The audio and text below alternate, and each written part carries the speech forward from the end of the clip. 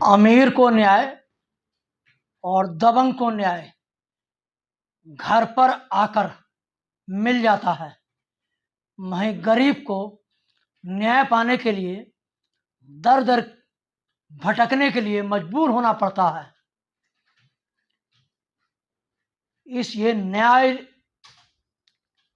एक ऐसा खेल बन गया है कि इसको पाने के लिए गरीब की सुनवाई किसी दरवाजे पर नहीं होती है और इसका परिणाम है उत्तराखंड का रुद्रपुर शहर, जिसमें एक सिद्धेश्वर श्री बालाजी मंदिर धाम है, जहां पर 2 अप्रैल को एक घटना घटित होती है। नेपाल के बच्चे को बंधक बनाया जाता है, उसको वहां से मुक्त कराया जाता है, लेकिन घटना के 1 महीने बीत जाने के बाद भी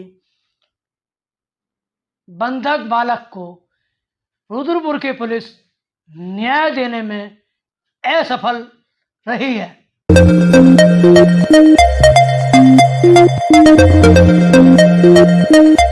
नमस्कार दोस्तों,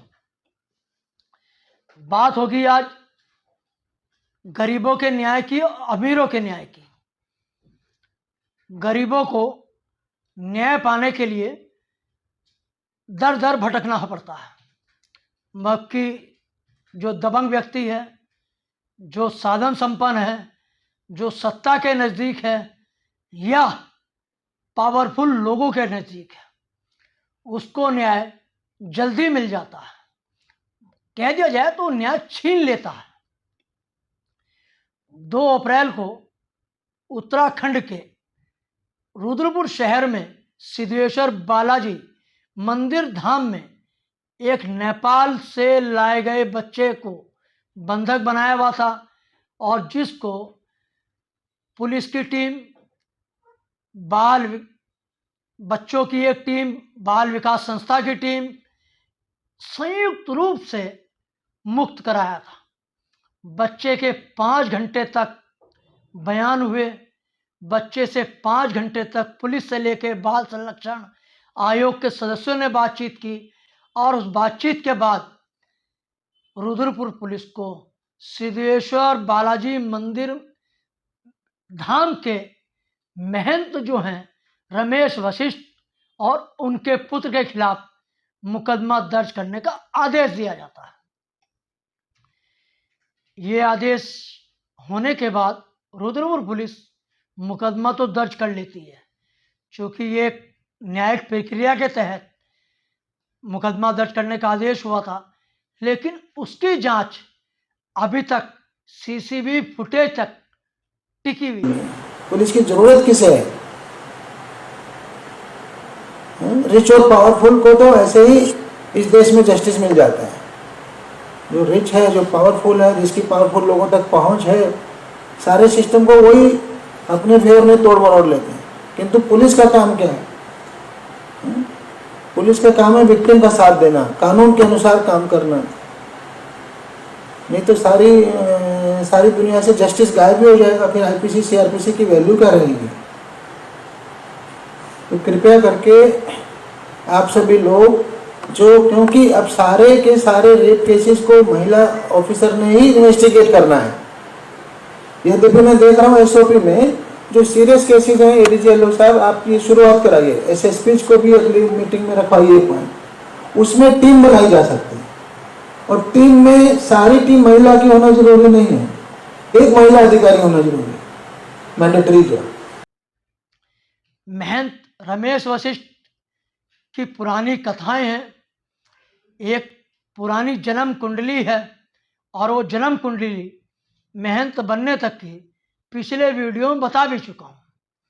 उसका थोड़ा सा सारांश है कि कोई व्यक्ति महंत जो आज रमेश वशिष्ठ है, ये आरती थे।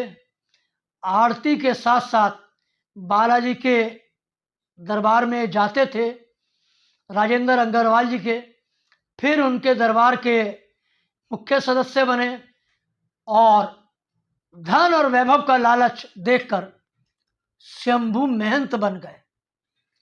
शंभू महंत बनने के बाद अपने बालाजी के दरबार लगाने शुरू कर दिए और उस दरबारों के साथ साथ लोगों पर जो भूत प्रेत ये आते हैं उनको भगाने का दावा करने लगे। इस दावे में लोग इनके मंदिर में आते हैं। आदर्श कॉलोनी में बड़ा मंदिर है, पहले छोटा था, बहुत मोटा माल चढ़ आया, मंदिर भी बड़ा हो गया। महंत ने भूत प्रेत उतारते उतारते लाखों करोड़ों कमा लिए और लोगों के भूत उतरे या नहीं उतरे ये तो अलग विषय है, इस पर चर्चा पूरी करूंगा। बहुत सारे लोग मिल गए हैं जिन लोगों के भूत उतारने के नाम पर जिनसे रकम ली गई है और भूत प्रेत कुछ नहीं उतरा है। ऐसे कई लोगों से वार्ता हो चुकी है और अन्य लोगों से वार्ता हो रही है। कुछ लोग इकट्ठे हो जाएं तो उसका भी एक वीडियो आपको दूंगा।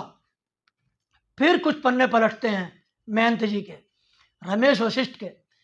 रमेश वशिष्ठ महंत बन गए और बालक को बंधक बना लिया। सत्ता के नजदीक, इससे इनकार नहीं किया जा सकता।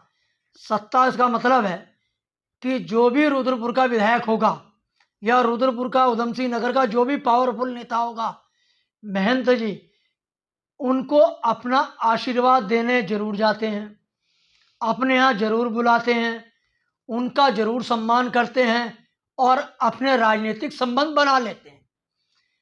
जब राजनीतिक संबंध बन जाएंगे तो शहर के बहुत लोगों के संबंध बने हुए हैं जो ताकतवर लोग हैं, और वही सब ताकतवर लोग आज रमेश वशिष्ठ की पैरवी कर रहे हैं। और रमेश वशिष्ठ की पैरवी का ही परिणाम है कि नेपाल के बच्चे को आज तक न्याय नहीं मिला है। गत दिवस उत्तराखंड के पुलिस महानिदेशक ने, श्री अशोक कुमार ने, एक कार्यशाला आयोजित हुई थी, उसमें एक अपना विचार व्यक्त किए थे। वो आपने अभी थोड़ी देर पहले वीडियो में सुने हैं। उन्होंने स्पष्ट रूप से कहा है कि पुलिस का काम गरीबों को न्याय दिलाना है, उनके साथ अन्याय नहीं होने देना है। पुलिस का मुख्य कार्य है। दबंग ताकतवर लोग, सत्ता के नज़दीक लोग, पावरफुल लोग तो न्याय पा ही लेते हैं, लेकिन पुलिस का जो मुख्य काम है वो गरीबों के साथ, पीड़ित के साथ न्याय की व्यवस्था करना है। डीजीपी का वो संदेश भी रमेश वशिष्ठ महंत के मुकदमे में कारगर साबित होता नजर नहीं आ रहा है। और इसी का परिणाम है कि 1 महीना बीत जाने के बावजूद ही रुद्रपुर पुलिस ने महंत रमेश वशिष्ठ और नामजद उनके पुत्र से एक बार भी पूछताछ तक करना गवारा नहीं किया है।